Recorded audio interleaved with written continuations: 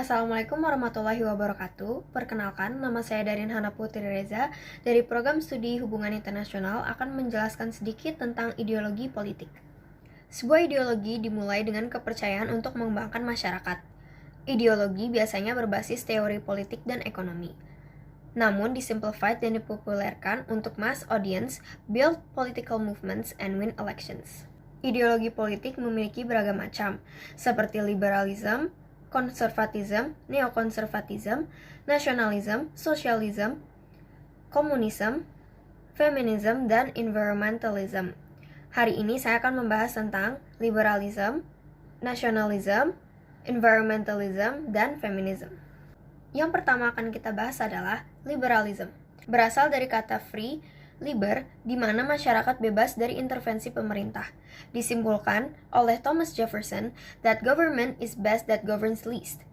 Di Amerika Serikat, pemerintah tidak diperbolehkan untuk ikut campur tangan dalam hal yang berkaitan dengan agama, free speech, and press. Adam Smith mempublish The Wealth of Nation, di mana ia berargumentasi bahwa kekayaan itu bukan dari seberapa banyaknya emas dan silver, melainkan berapa banyaknya goods and service their people produce, di mana ia menyangkal merkantilism. Kita bisa lihat dari contoh negara Spanyol, di mana Spanyol disebut sebagai the new world of gold and silver.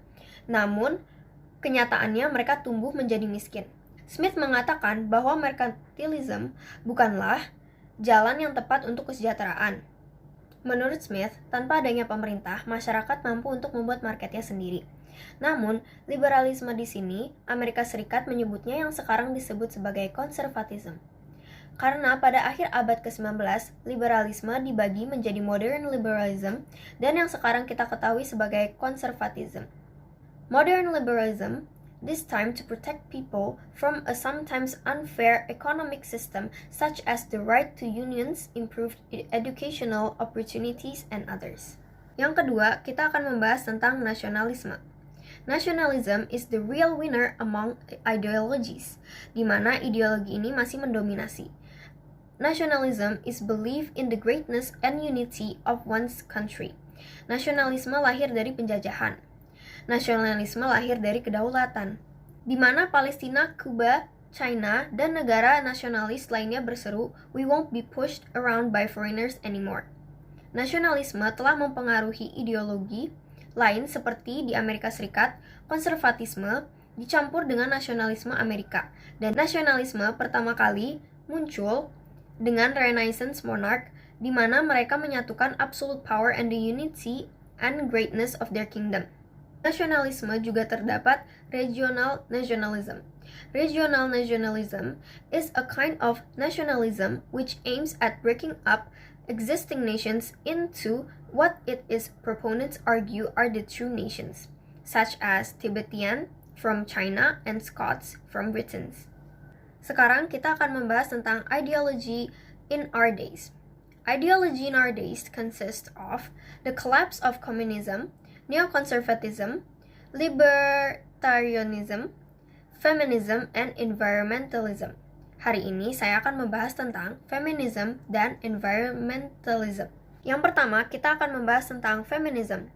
Pada tahun 1960-an, banyak wanita yang telah menjadi penulis. Dan pada tahun 1970-an, the women movement telah bergerak ke arah politik di Amerika Serikat dan di Western Europe. Feminist writers menunjukkan bahwa perempuan digaji lebih sedikit dibandingkan pria, tidak diberikan promosi, were physically and psychologically abused by men, were in general second-class citizens, dan tidak diberi pinjaman dan asuransi, di mana kondisi tersebut menyebabkan adanya gender roles, di mana perempuan itu dilabel sebagai meek, submissive, and unsure of themselves and feminine, whilst men were thought to be tough, demurring, and macho and competitive. Feminists bergabung dalam consciousness rising groups and railed against male chauvinist pigs. Feminism semakin memberi dampak yang baik dalam para employers, di mana mereka mulai mempekerjakan perempuan, banyak juga yang diberikan promosi, dan working wives itu menjadi hal yang normal, di mana suami ikut serta dalam membantu mengurus rumah tangga dan anak. Namun, feminis tidak mendapatkan semua yang diinginkannya. Dalam The Equal Right Amendment or ERA, nah feminis ini kalah dalam memenangkan ratifikasinya, di mana terdapat beberapa anti-feminist, diantaranya mereka merupakan conservative women. Mereka menyatakan bahwa dengan adanya feminisme ini akan menghilangkan privilege dan perlindungan perempuan dan bisa mengarah kepada unisex lavatories. Walaupun terjadi hal tersebut, pada pemilihan 1980-an, a significant gender gap appeared dan sekarang perempuan lebih banyak mengikuti dalam pemilihan demokrasi dibandingkan dengan laki-laki. Selanjutnya, kita akan membahas tentang environmentalism. Environmentalism began to ripple through the advanced industrialized countries in 1960s, di mana perkembangan ekonomi merusak lingkungan.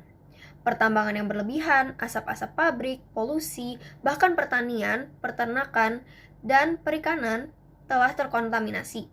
Maka muncullah environmentalist, karena mereka menanggapinya dengan limit, yaitu jika ingin menggunakan atau mengambil sumber daya, maka lakukanlah dengan secukupnya. Keinginan ekologis hanya separuhnya terpenuhi dengan penemuannya Environmental Protection Agency atau EPA di tahun 1970. Sekian pemaparan saya mengenai liberalism, nationalism, feminism, dan environmentalism. Kurang lebihnya mohon maaf.